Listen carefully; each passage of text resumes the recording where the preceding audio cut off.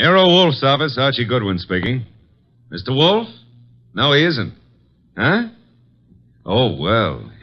For you, maybe he is. I'm not here. Oh, yes. He's always here. I've gone out. No. He seldom ever goes out. I won't start on anything tonight. Oh, sure, he'd love to start on a case tonight. What's your name? Oh, that's a beautiful name. Address? Archie, it's another woman hang-up. No, honest. I'm not Mr. Wolfe, but I'm his agent. Yeah, I'll be right over, miss. Goodbye. What's her trouble? Where are you going? Well, she said she's received some threatening notes and she's afraid to leave her hotel. So long, boss.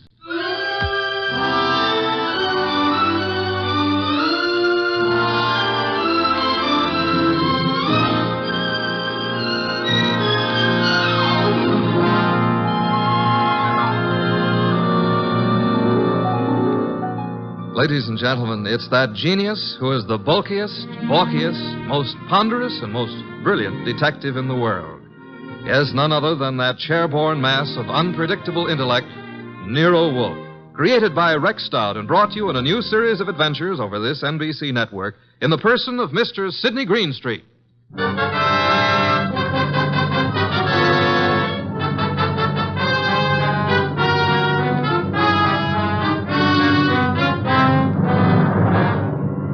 We prefer to call tonight's story The Case of the Vanishing Shells.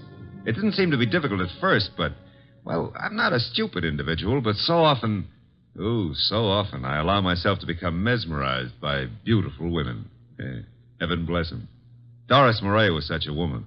She phoned us first late one afternoon about 5 o'clock, then again at 5:30. Very well, Mr. Goodwin, but I would prefer to see Mr. Wolfe. Well, I said I'd be there at 6, Miss Murray. I don't want to talk any longer on the phone. Please hurry. There's someone at the door. I'll see you in the cocktail lounge at your hotel. At 6 o'clock. That's half an hour. Don't fail. Who is it? Emil Stoner. Oh, come in, Emil.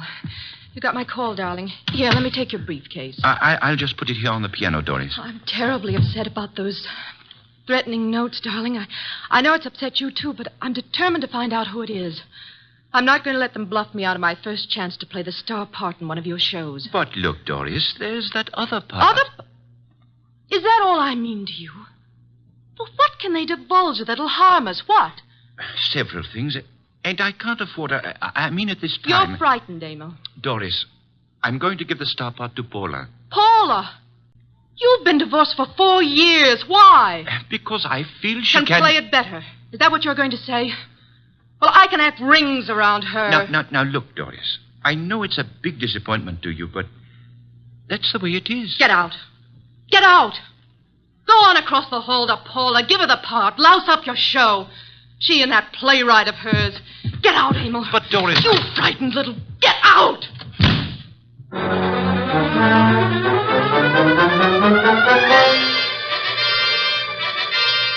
I believe, Mr. Wolfe, you're making a great mistake in not coming along. Indeed. I'm sure that what attracts you could not possibly be of interest to me. The gal needs help. Money is money. Girls, money, fooey. Yeah, well, we could have dinner out for a change. They have one of the finest chefs in town at that hotel. You're most impolite. I'm trying to read this book. Poetry. Archie. Yes, sir? Shut up. Well, we need money. That filthy green cabbage is necessary to our existence. This may be a tough case, you know. You're sufficiently intelligent. Sometimes. If I sat around like you do, I'd weigh 500 pounds, too. Archie, leave the room. Besides, it's only 300. What a way to run a business. Orchids, beer, books. Don't keep the charming client waiting. Okay, I'm going. And always remember there is a telephone.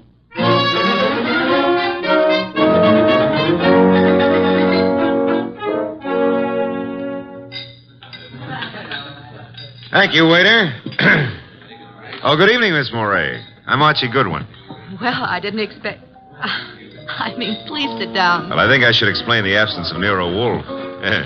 There's so much of him that it's not too convenient to transport it about. I do all the outside work. And I'm sure you do it well. Mr. Well, you know, some women call me Goodwin and some call me Mr. Goodwin, and Yes. the unattached call me Archie. Hello, Archie. Oh, splendid. I'm glad to hear it. Now we can get right down to the nasty old business that's troubling you, Doris. First, here's the 500 retainer fee. Well, thank you. Now, what's the note about? Well, there are 2 notes, both printed by hand. Uh-huh. Oh, will you hand me my purse, please? Oh, sure. Thank you. Oh, I see. Doris Mohr. If you fail to withdraw from the cast of Stoner's next production by start of rehearsals Monday, both you and Stoner will have a blasted reputation and perhaps other injuries from which you will be unable to recover. The other one is like it, only more vehement. Someone or a group of someones are intent on keeping you out of Stoner's shows, huh? It's too bad. His next one is said to be a sure smash hit and a star-making part for the leading woman. Yes, Emil Stoner wants me to play it. He's been planning on it ever since David Banning wrote the play. What does David Banning think of you playing the part? Well, I don't think he's too enthused about it. You see, Mr. Stoner and Paula Kenyon have been divorced for 4 years, but she has continued to be his top leading woman. Now she's engaged to David Banning, who wrote this play. Oh? Makes things a bit difficult. Well, of course, Rick Hunter, Stoner's director, is... Hunter's somewhat in favor of your playing the part. Well, Rick Hunter is very fond of my work. And very fond of you as well, huh? Yes, unfortunately. I like Rick Hunter tremendously, but Emil Stoner has been of greater interest to me. In fact, we're more or less engaged, Mr. Goodwin. Oh, well, had any words lately with the ex-Mrs. Stoner? Paula Kenyon, is that her name? Paul and I were great friends when I first joined the Stoner Productions, but I don't know, I don't think she appreciated the fact that Mr. Stoner and Rick Hunter, the director, took such an interest in me. Tell me, did you ever think you were in love with Rick Hunter? Yes, at first I was thrilled by his artistic imagination. And then as time went on, I realized that he was subject to melancholia. Mr. Stoner was more stable, and I needed someone older to advise me. Well, what's wrong with your reputation of Mr. Stoner's? Well, there's nothing I fear, but I'm afraid Mr. Stoner is somewhat disturbed by these threats. He feels there's something in his past of sufficient import to really harm him. I think it's nonsense. Well, then what we have to do is uncover this person or persons before you end up with ruined careers on Broadway. Where does the ex-Mrs. Stoner live? Well, as a matter of fact, she lives just down the hall from me. Lived here for years. Oh, well, I think it's advisable, honey, that you stay close to your room until we solve this thing. Oh, but I'm not afraid for my life, Archie. No? Well, I am. I'll see you into your room, Doris. Oh, now, please, Mr. Goodwin, if you... Oh, you don't trust the boy, huh? Oh, well, Such beautiful eyes. Oh, Lovely red hair. Yeah. You could have the lead in my new play. I never wrote one, but for you, I'll try anything. Come along. Here's your bag. Well, hello, Doris. Oh, hello, Rick. Mr. Goodwin, this is Rick Hunter. Hiya, Hunter. Nice shows you've been putting on. I've just been admiring your work, Goodwin. Yeah, oh, well, that's nice. I'm glad. Nothing like encouragement for a beginner, Mr. Hunter. You're ready for the big time from what I saw. Heard from Emil Stoner today, Doris? I talked to him once this morning. Have you been sitting in the cocktail lounge all afternoon? Yeah. That I have, honey. I want to see you play that lead, baby. And I think I just about got it all settled. Dreaming about it won't settle it. Liquor never accomplished anything in itself, Rick. Come on, Mr. Goodwin. He's a very jealous man, Doris. In fact, right now, I can feel his thoughts piercing me between the shoulder blades. Oh, excuse me. Here's a phone book.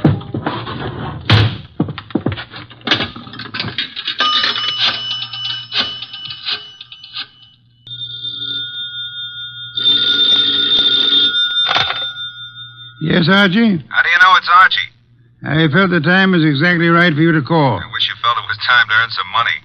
Is this a worthwhile case? Well, she's a beautiful redhead, and, That, of course, makes it very worthwhile. Yeah, well, I got 500 as a retainer. For a pittance and probably all you'll ever get. What do you mean by that?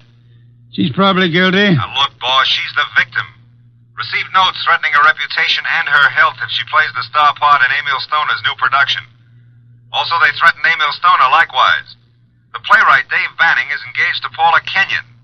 Incidentally, she lives here at the hotel, too, just down the hall from Doris. I remember her. And the playwright wants Paula Kenyon to play the part. Well, Archie, you have only the beginning.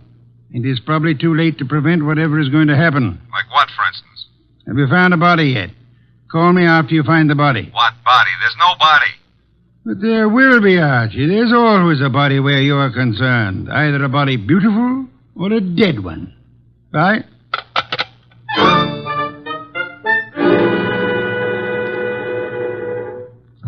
Thanks for seeing me to my room, Archie. Oh, I'm not stopping here, Doris. I'll take a look inside. But I'm not... Oh, I insist. Part of my job, you know.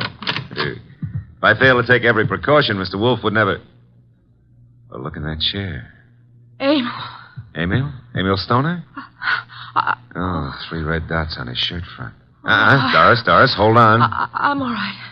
Yes, I'm all right. All right, sit down. That's it. Now, let's see. The body's still warm. What's this crumpled in his left hand? A horoscope. Between the fingers of his right hand, an unlit cigarette. Monogram PK. Paula Kenyon. This horoscope is from March. Something he picked up from your desk here? I don't believe in astrology. Where'd he get this cigarette with Paula Kenyon's monogram? Poor Emil. Poor Emil. I didn't believe anyone would really harm us. Why was I so stubborn? When did you see him last? Please, shouldn't we do something? Call the police? No, not yet. When did you see him? Why, I saw him this morning. I'm so shocked I can hardly think clearly. Doris. Yes? There's a briefcase here on the piano with a newspaper on top of it. What? Oh, it is. Yes, it's Emil's. He must have left it here this morning. That's strange. Emil Stoner was bald, but... But what? Well, I'm sure he's a man who always wore a hat, but I see no hat. He must have come up the elevator as I went down to meet you.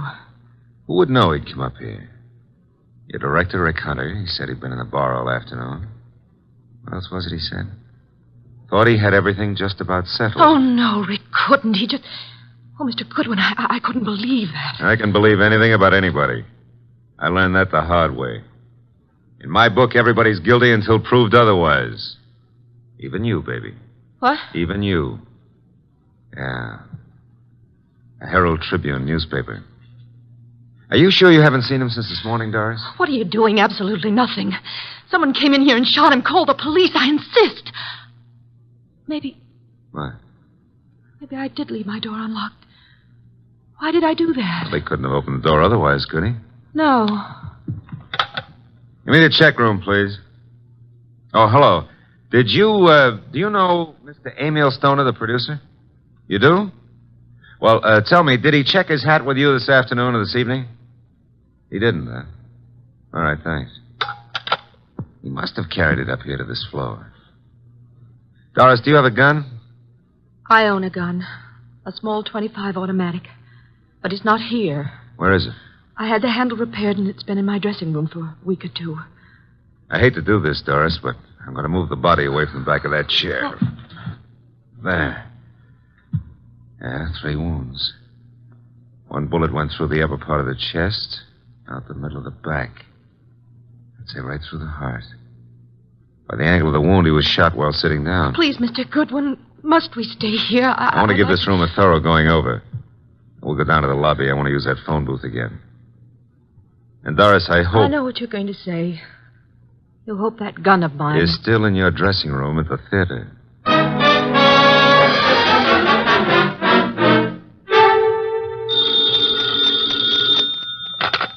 Nero Wolfe speaking. Oh, Mr. Wolfe, may I have your autograph? I'm taking a correspondence course on how to be a detective, and I think you're a wizard. It's so kind of you to say so. I would be just thrilled to have your autograph on the bottom of a paycheck. Why are you calling from a phone booth? What? Who said I was? It's obvious. There's no room tone reverberation. Well, you shouldn't have to ask. You know everything before it happens. You found the body then. Happened just before you got there. Oh, now, look, I took the girl up to her room to be sure it was safe for her to go in, and... Okay. And there, sitting in a big leather chair, was Emil Stoner. Shot 3 times with a small caliber gun, dead about an hour. 1 shot went through the body from the upper part of the chest to the middle of back. Therefore, he was shot while sitting down. The killer was standing, huh? I'm listening. Oh. Well, his left hand was clutching a horoscope folder, and between the index and second finger of the right hand was an unlit cigarette with a monogram on it, PK. Emil Stoner is bald, but there was no hat in the room. However, on the piano was his briefcase, and on top of it, a 4:00 afternoon edition of the Herald Tribune. Better look in the briefcase, Archie. No weapon? No weapon. But Doris Murray says she owns a .25 caliber automatic, and it's in her dressing room at the theater. Also, she claims she hadn't seen Stoner since this morning. You found no empty shells about the floor? None. What did you do with the bullet? What bullet? The one which passed through his chest and lodged in the back of the leather chair. Are you there? Boss, I'm a very stupid fella. Stop bragging. The bullet. Boss, there ain't no hole in the back of that chair. I just realized it. Maybe he was standing up. Then the killer must have been on stilts. Archie, let us pretend, only pretend, that you're very observant. Now proceed to Paula Kenyon's apartment, just down the hall, you said, and see what she knows without divulging the fact that Stoner is dead. And look sharp. My gears must be slipping. Archie, do you know what great event will be celebrated tomorrow? Yeah, my birthday. What'd you get me? Cuthbert's correspondence detective course in 4 easy lessons. Bye.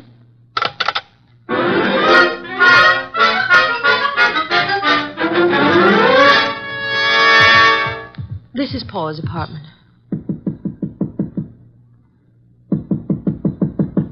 No answer. Let's see if it's open. Oh, there's no one in sight. Come on in. Now, look, if anyone walks in on us, we found the door open and we just came in to wait, huh? Which is the truth, isn't it? Yeah, that's right. Oh. Here on the desk we have a stack of horoscopes, Doris. And a box of Paula's monogrammed cigarettes. Mr. Goodwin. Huh? This is Emil's gray fedora hat. Then he was in this apartment this afternoon. What are you staring at? Oh, small pearl-handled automatic. Yes. 25 caliber. Yeah, it's been fired very recently. We won't touch it now. Does it look like yours? Archie, it is mine. Your initials? I found old Jenkins, the stage doorman at the theater, to look in my dressing room, and... well, my gun isn't there. Did you leave the gun out in plain view in the dressing room? Yes, for several days anyway. Then I put it behind the mirror. I suppose many people have seen it then. I'm sure. I hope, Doris, that your fingerprints are not the only ones on that gun. If they use my gun to shoot him in my apartment, why would they bring the gun back here and leave it in plain Well, sight? maybe they didn't do it just that way. No? His hat's here, the gun is here, and yet he's dead in your apartment. How can you answer that? Well, maybe he was sitting here waiting for Paula, and someone called him out and over to your place and shot him. That's no good. Doesn't make sense. Now, if he was sitting in this chair here and someone entered that door, Hey. What is it? Look in the chair back. Huh? Little round hole. Start looking for some empty shells around here. You find something? No, I want to make a call. He was shot with this automatic. 3 shells were ejected. They certainly vanished. Nero Wolfe speaking. Archie, I'm at Paula Kenyon's. She's not here. Found his hat, a stack of horoscopes on the desk, box of monogrammed cigarettes, a .25 automatic which belongs to Miss Moret, recently fired, but not an empty shell in sight. No blood, but a single small hole in the back of the chair near the desk. Doris Moret is with me. I will call Inspector Kramer now about the body and have ballistics check the bullets with the gun. And the bullet in the chair back? Did you find anything of particular importance in Emil Stoner's briefcase? Yes, I found... Never mind. Bring the girl here at once. Okay, boss. Say, don't you think I better wait for Paula Kenyon? Uh-oh, here she is. Bye. Bring her along, too, if you can. Goodbye. Hello, Paula. Well, Doris, what are you doing here? I wasn't aware that I left the door unlocked. Seems to be contagious this evening. I left mine unlocked, too. Hello, Dave. Miss Kenyon, Mr. Goodwin. Hello, Doris. Hello. Archie, this is Dave Banning, the playwright. How are you, Mr. Banning? How do you do? I've heard all about your new play, and I wanted to meet you. Doris thought you might be over here, and the door was ajar, so we... Well... I just walked in. I hope you don't mind, Paula. Certainly not. I'm used to people just walking in. We were here a while ago and went down to the cocktail lounge for a while. When does the play open, or have you cast it yet? Mr. Stoner handles that part of it. Are you a prospective investor, Goodwin? Oh, I've had a number of flings in the business. Matter of fact, I expect to see Mr. Stoner tonight. You do? Tonight? Here? I don't understand. What's this fencing all about? Doris, you're not just visiting me. We've hardly spoken for... Oh. Is that your gun, Miss Kenyon? It's yours, Doris. Yes, that's right, Paula. It was in my dressing room. When did you see Mr. Stoner last? But I haven't seen him today. I had lunch with him. Why? What hat did he wear at lunchtime, Mr. Banning? Why, the gray fedora. How did it get here? That's Emil's. What is this? What are you two doing here? Where is Emil? Come on, cut out the melodramatics. Mr. Stoner is dead. He's what? Paula. And without any further explanation, I shall have to ask you to accompany me downtown. Police? If you will, please.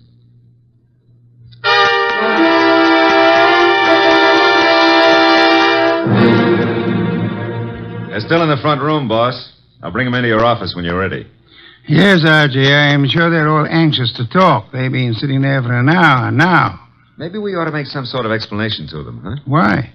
This sort of technique should work very well in this particular instance. Yeah, but I don't know about that director, Rick Hunter. He may be difficult.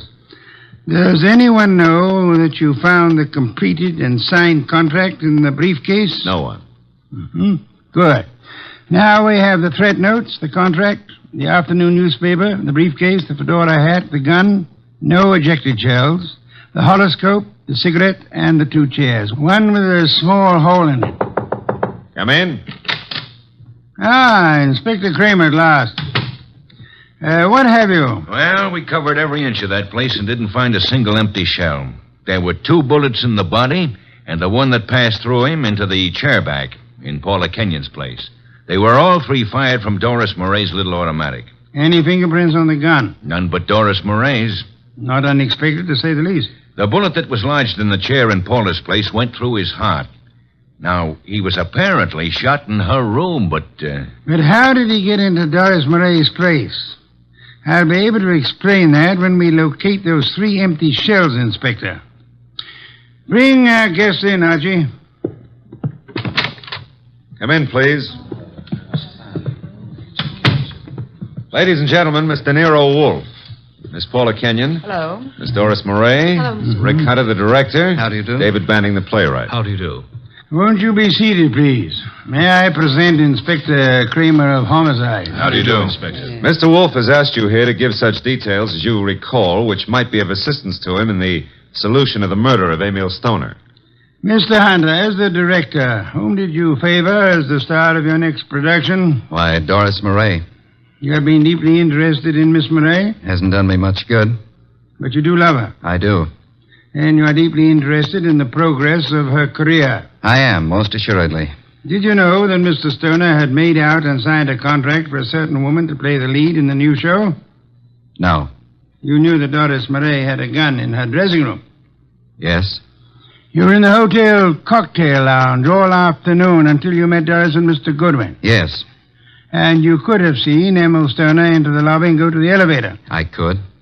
Could you prove that you never left the cocktail lounge until you met Doris and Archie? Maybe not.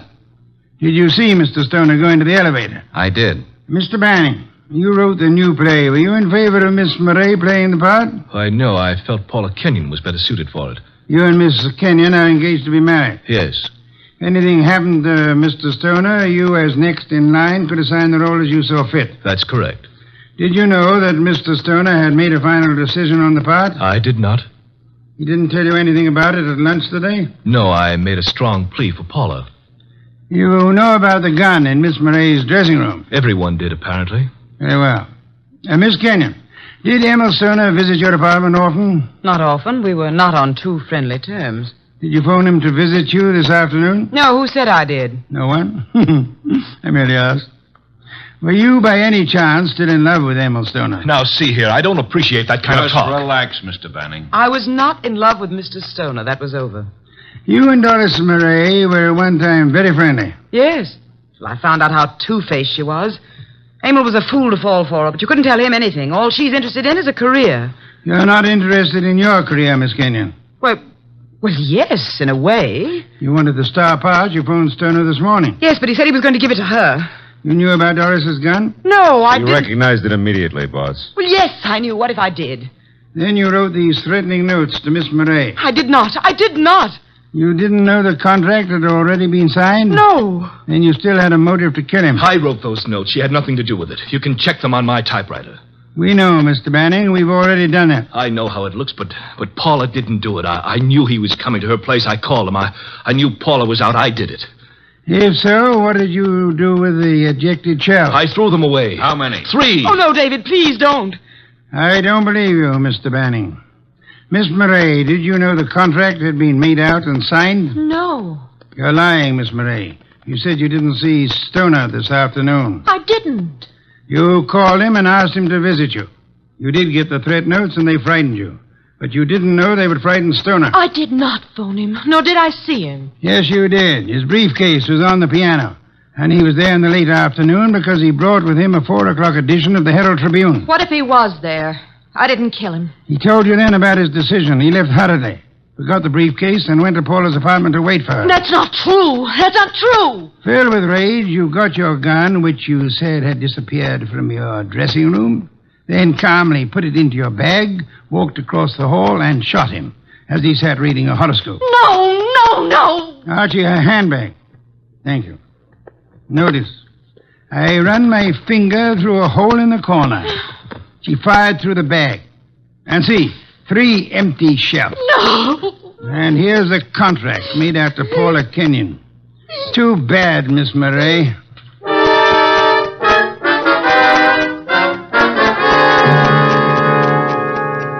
Well, that's a good day's work, boss. Some beer, Archie. Right.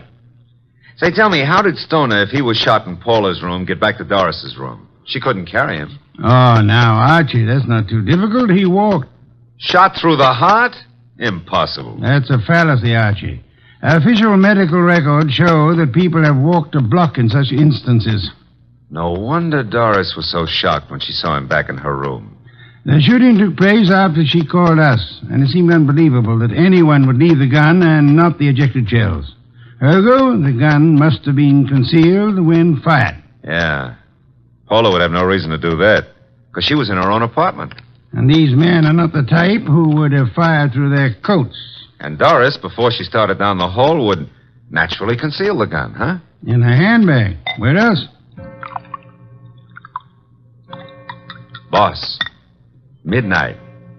It's another day. I'm a year older. Yes. Cuthbert's correspondence detective course in 4 easy lessons. Happy birthday, Archie.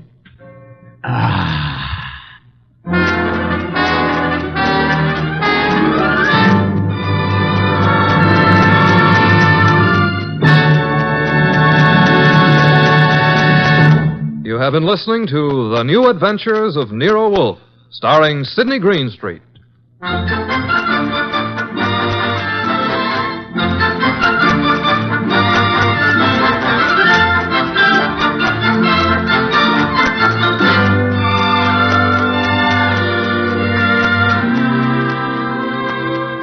Tonight's transcribed story was based on the characters created by Rex Stout. This is an Edwin Fadiman program, produced and directed by J. Donald Wilson. In the cast were Gerald Mohr as Archie Goodwin, and Gene Bates, Betty Lou Gerson, Bill Johnstone, Peter Leeds, and Vic Perrin. Next week at this same time, Nero Wolfe and Archie will bring you The Case of the Party for Death. Don Stanley speaking.